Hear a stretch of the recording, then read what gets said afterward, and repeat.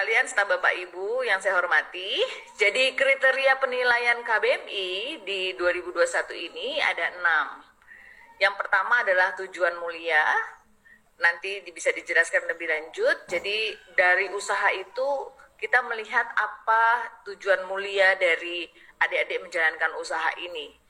Karena tujuan mulia ini adalah sebagai penyemangat kita atau penyemangat adik-adik jika usahanya itu di perjalanan itu mendapatkan rintangan atau hambatan. Kita ingat lagi, kira-kira tujuan mulia kita membangun bisnis atau usaha ini pada saat waktu dulu itu apa? Sehingga pada saat kita menemui kerikil-kerikil di perjalanan atau kerikil-kerikil usaha, kita akan ingat tujuan mulia kita apa. Dan yang kedua, kita melihat pelanggan. Sebenarnya siapa yang menjadi pelanggan potensial dari usaha ini? Karena kenapa harus seperti itu? Karena pasti sebuah usaha itu tidak akan mungkin bisa menjangkau seluruh masyarakat yang ada. Jadi harus dispesifik atau harus ditekankan siapa yang menjadi segmentasi konsumennya. Ya, siapa yang menjadi segmentasi dan targetingnya? Nanti kita jelaskan lebih lanjut di form online ya.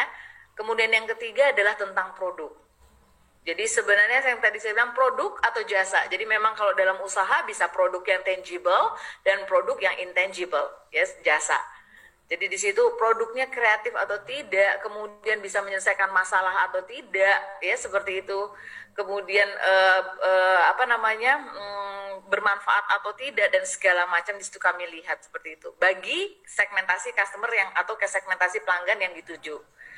Yang keempat adalah pemasarannya. Di sini dilihat bagaimana strategi pemasaran adik-adik atau anak-anakku sekalian dalam menjalankan usahanya. Yang kelima, kami melihat strategi SDM-nya.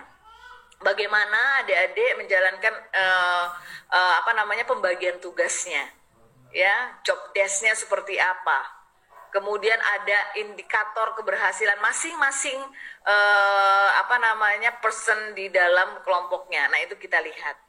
Dan yang terakhir pastinya keuangan. Di situ kita melihat berapa jumlah keuangan yang dibutuhkan, dari mana saja sumbernya, kemudian bagaimana forecast, berapa hasil yang didapat, revenue-nya, profit-nya, dan forecast ke depan finansialnya seperti apa. Next, Mas Arya. Nah, ini lebih rinci anak-anakku sekalian, serta Bapak Ibu. Jadi isian usulan KBMI 2021 dimulai dari biodata pengusul. Pertama adalah nama usahanya, jadi brand usahanya apa. Kemudian timnya, ya, nama-nama timnya, anak-anaknya, ya. Kemudian dosen pembimbingnya siapa dan perguruan tingginya dari mana. Yang kedua adalah tujuan mulia. Di sini pertanyaannya berkaitan, jelaskan pemicu dan tujuan mulia yang ingin diwujudkan dalam mengembangkan usaha. Jadi kalau kita mau membuat usaha, apa yang menjadi tujuan mulia dan apa yang menjadi pemicu kita itu membangun usaha ini. Yang kedua adalah jenis usahanya apa. Ya, next, Mas Arya. Nah, setelah tujuan mulia, yang berikutnya adalah pelanggan. Jadi tadi seperti yang saya sebutkan semula atau yang terdahulu, bahwa pelanggan kita harus tentukan siapa yang menjadi segmentasi customer kita. Ya, kemudian kita siapa yang menjadi targetnya. Kemudian kita harus positioning usahanya kita tuh apa? Positioningnya adik-adik atau anak-anakku sekalian di sini ini apa? Ya, harus sangat jelas di sini. Kemudian setelah itu kita juga ingin tahu siapa yang menjadi pelanggan potensial dalam usaha Anda adik-adik, dan berikan alasannya kenapa dia menjadi pelanggan potensial. Ya, oke. Kemudian setelah pelanggan kita juga melihat produk.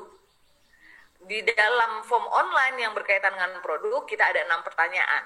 Yang pertama adalah pastinya anak-anakku sekalian atau adik-adikku sekalian sini membangun sebuah usaha berasal dari masalah yang dihadapi pelanggan. Dan adik-adik membangun usaha itu atau membuat produk atau jasa yang ditawarkan itu untuk mencari solusi terhadap masalah yang dihadapi pelanggan atau customer, ya. Pelanggan tuh setelah customernya loyal, kan seperti itu. Nah, apa yang kita ingin tahu seperti itu, dijawab saja. Kemudian yang kedua, sebutkan dan jelaskan secara spesifik produk atau jasa yang ditawarkan. Jadi apa? Jadi value proposition-nya apa nih produk dan jasanya? Ya, dijelaskan. Kemudian yang ketiga, dan apa keunggulan produk atau jasa yang dibandingkan kompetitor. Jadi kalau misalnya mungkin harganya lebih baik atau mungkin bahan bakunya lebih berkualitas atau mungkin bisa packagingnya lebih menarik, ya adik-adik atau anak-anakku sekalian di sini bisa tulis di jawaban dari pertanyaan yang jelaskan apa yang menjadi keunggulan produk atau jasa anak-anakku sekalian. Kemudian yang berikutnya adalah pastinya usaha itu selalu ada kompetitor. Dan kita harus bisa mengakui bahwa kita ada kompetitor. Nah, kita harus tahu siapa yang menjadi kompetitor kita. Dan kita juga harus tahu apa yang menjadi kelebihan dan kekurangan kompetitor. Sehingga dari kita mengetahui kelebihan dan kekurangan kompetitor itu, jadi kita membuat sesuatu yang tidak dimiliki oleh kompetitor. Nah, itu kita juga ingin tahu di sini. Nah, yang berikutnya pertanyaan seputar produk itu adalah bagaimana aktivitas dalam menjalankan usaha Anda, baik menciptakan produk atau menawarkan jasa. Ya. Yang terakhir dari pertanyaan atau form online yang ada di bagian produk adalah sebutkan apa saja bahan baku dan alat bantu yang dibutuhkan dalam usaha Anda. Jadi 6 pertanyaan ini adalah berkaitan dengan produk. Ini paling banyak di form online. Next. Oke. Yang berikutnya adalah berkaitan dengan pemasaran. Tentunya di pemasaran ditanya strategi pemasarannya dalam usaha Anda ini apa. Jadi apakah menggunakan digital marketing atau menggunakan konvensional marketing. Digital marketing medianya juga apa. Konvensional marketing juga medianya apa. Itu harus disertai oleh bukti. Karena ini program ini memang program yang bukan untuk program yang baru, tetapi memang yang sudah berjalan dan ingin dikembangkan usahanya dari program ini. Kemudian yang berikutnya adalah bagaimana strategi Anda menangani komplain dari pelanggan.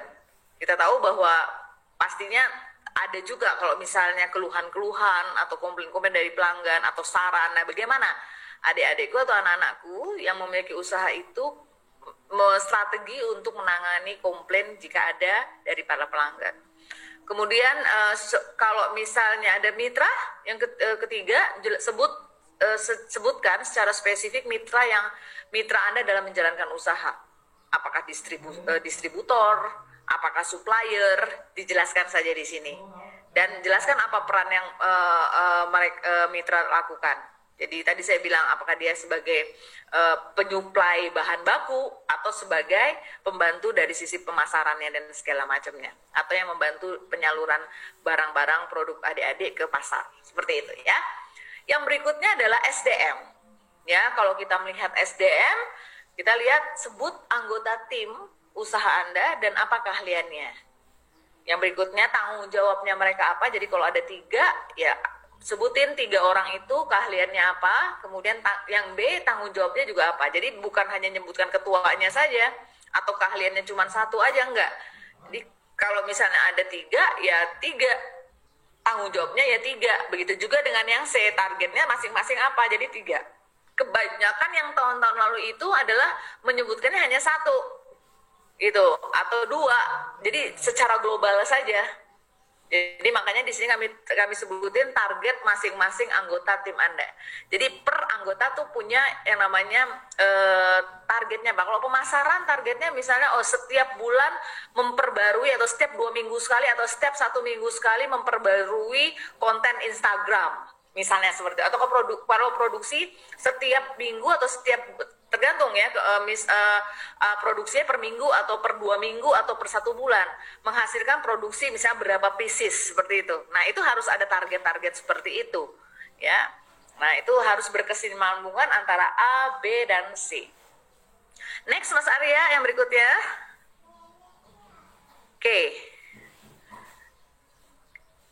Oke, yang berikutnya adalah keuangan.